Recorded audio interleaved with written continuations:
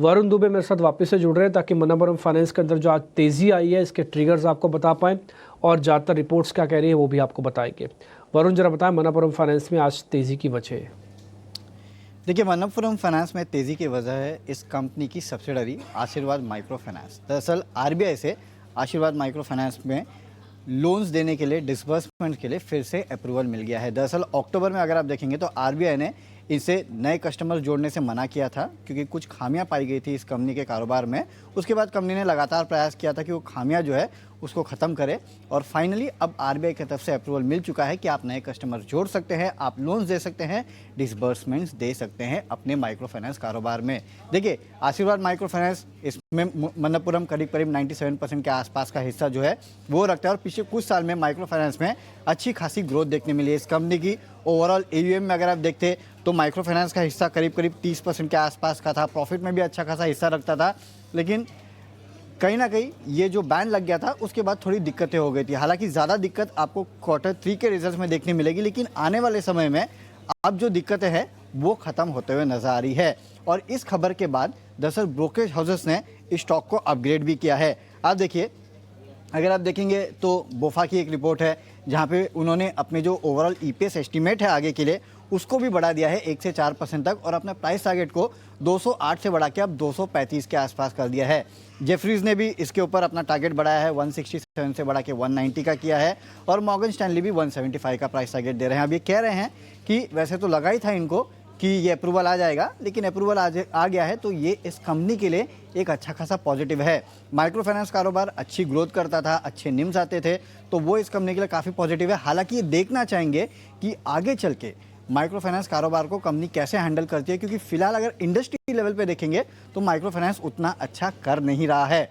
लेकिन valuations company के बहुत सस्ते हैं, वो एक फ़ायदा मिलेगा और क्योंकि अब नया बिजनेस आ जाएगा तो वो कंपनी को आगे जो ग्रोथ है उसमें मदद करेगा। इसके लिए इन्होंने अपने प्राइस टारगेट भी बढ़ा दिए हैं।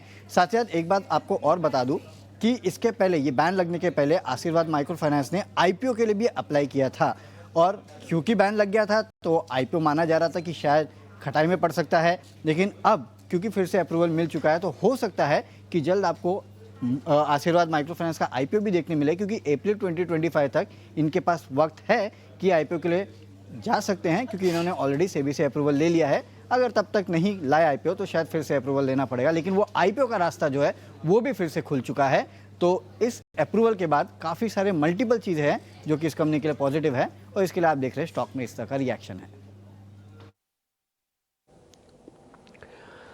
ठीक है सर, समझ में आ गया सारी बात जो आप बता रहे थे। 4.5 से 5% अभी भी मनप्पुरम ऊपर है और ध्यान रखें डिस्क्रिशनरी इनकम बढ़ेगी तो कहीं ना कहीं कुछ हद तक कंजम्पशन वाली कंपनीज पे बेनिफिट आएगा। हालांकि लीग में थोड़ा पीछे खड़ा है बट फिर भी इन सभी कंपनीज पे कुछ ना कुछ असर ज़रूर आएगा।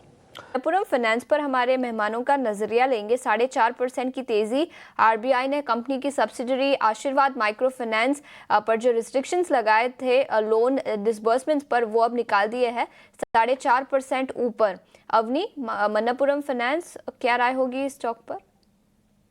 मनप्पुरम फाइनेंस में गैप अप ओपनिंग हुई है, लेकिन फॉलो अप बाइंग अभी तक आई नहीं है। यहाँ पे ऊपर के तरफ जो डेली चार्ट्स पे रेजिस्टेंस है अराउंड 192 का है।